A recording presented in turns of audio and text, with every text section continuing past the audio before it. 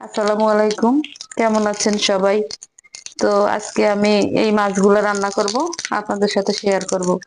এই মাছগুলো আমার খুব ভালো লাগে খেতে। আপনাদের কার কার পছন্দ কমেন্টস আমাকে জানাবেন। চুলাতে আমি তেল বসিয়ে দিয়েছি। আমি আজকে রান্নাটা রাইস কুকারের এই পাতিলে করব। তো এখানে আমি দিয়ে দিয়েছি পেঁয়াজ, আহ, জিরা, তারপরে রসুন, আদা, শুকনা মরিচ, সবগুলো একসাথে আমি ভালোভাবে বেটে নিয়েছি। এখন আমি মশলাগুলো দিয়ে দেব।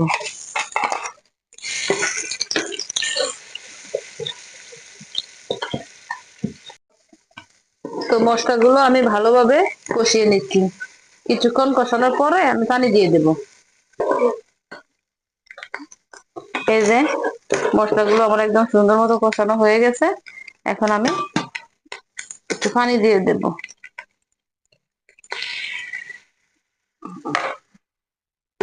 পানিটা দেওয়া হয়ে গেছে। এখন আমি লবণ, হলুদ, মরিচ করে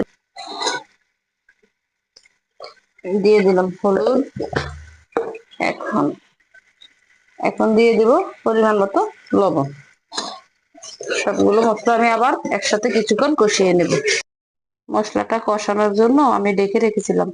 এখন ঢাকনা খুলে দেখবো কি অবস্থা। এই তো দেখেন আমার মশলাটা একদম সুন্দরভাবে কষানো হয়ে গেছে। এখন আমি মাছগুলো দিয়ে দিব। এখানে কিন্তু অনেক রকমের মাছ আছে। এই যে,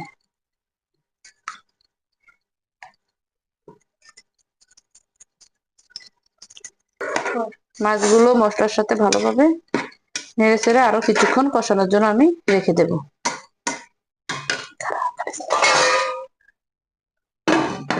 ঢেকে রেখে দিলাম। তো এখন ঢাকনাটা খুলে দেখবো আমার মাছগুলো কেমন হয়েছে।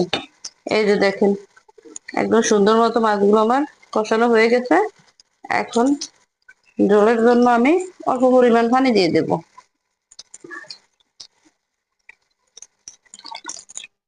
এই পানিটাই আমার মাছটা সুন্দরভাবে হয়ে যাবে। তো কিছুক্ষণ পরে আমরা আবার দেখব। এই তো ঢাকনা খুলে দেখি।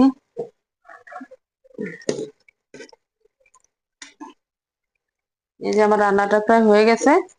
এখন আমি দিয়ে দেব কাঁচামরিচ।